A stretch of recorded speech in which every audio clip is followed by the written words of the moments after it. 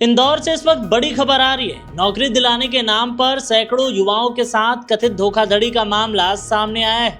मध्य प्रदेश के इंदौर में एक कंसल्टेंसी संचालक को पुलिस ने गिरफ्तार किया है।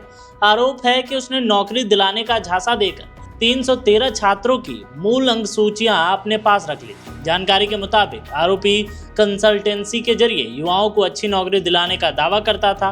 इसी भरोसे में बड़ी संख्या में छात्रों ने अपने मूल शैक्षणिक दस्तावेज, खास करके ओरिजिनल मार्कशीट उसके पास जमा करा दी थी। लेकिन समय बीतने के बाद ना तो उन्हें नौकरी मिली और ना ही उनके मूल दस्तावेज वापस हुए। जैसे जैसे छात्रों को शक हुआ, उन्होंने पुलिस से शिकायत की।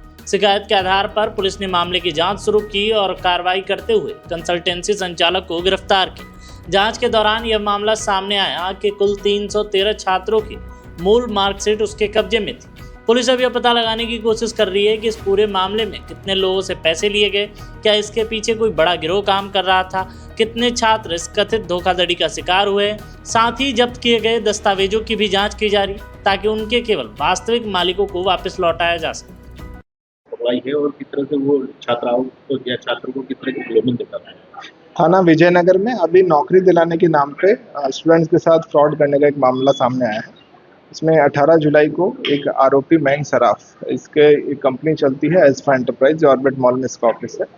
अब इसकी मोडस ऑपरेंडी ये है कि ये स्टूडेंट्स को ये प्रलोभन दे करके कि अलग अलग स्थान पर उनका प्लेसमेंट करा दिया जाएगा। उनके मूल डॉक्यूमेंट्स अपने पास रख लेता है, जैसे उनकी मार्कशीट हो गई या अन्य कॉलेज के डॉक्यूमेंट्स, और फिर इन बच्चों से पैसे की मांग करता है। जो बच्चे पैसे नहीं देते हैं उनका डॉक्यूमेंट्स लौटाने से मना कर देता है।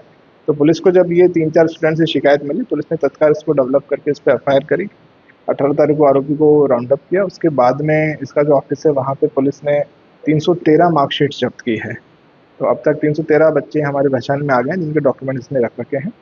अन्य इसका पीआर लिया गया था। पीआर लेकर के अन्य जो एविडेंसेस रहते हैं उनका विश्लेषण किया गया है और अन्य किन्हीं लोगों की भूमिका अगर इसमें हो सकती है तो साक्ष्यों के विश्लेषण के उपरांत उस पर कार्रवाई की जाएगी। कितना अमाउंट लेता था ये एक बच्चे से 5 से 10 हज़ार रुपए की मांग करता था और जो इसकी मांग पूरी नहीं करता था उनका डॉक्यूमेंट्स लौटाने से मना कर देता था।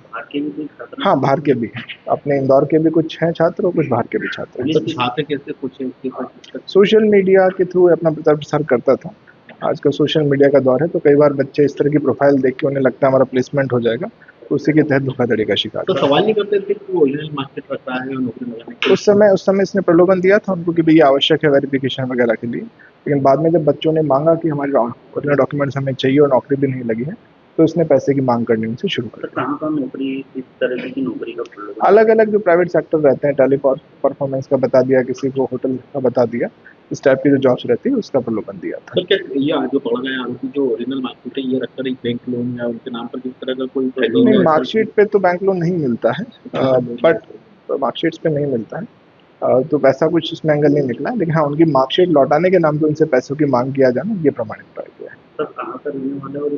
मूलतः देवास का रहने वाला है, सोनगंज का, अभी वर्तमान में इंदौर में रहने लगा है। पिछले 6-7 महीने से इस तरह का फ्रॉड कर रहा था। तो ये इस तरह से अमीर बनने का किस तरह से देखा या इसी तरह से जो भी 420 के अपराध रहते हैं मोस्टली उसमें जो अपराधी है वो इजी मनी चाहता है कि बिना मेहनत किए जल्दी से सिस्टम को बाईपास करके, रूल्स को, लॉस को बाईपास करके पैसा बनाया जाए।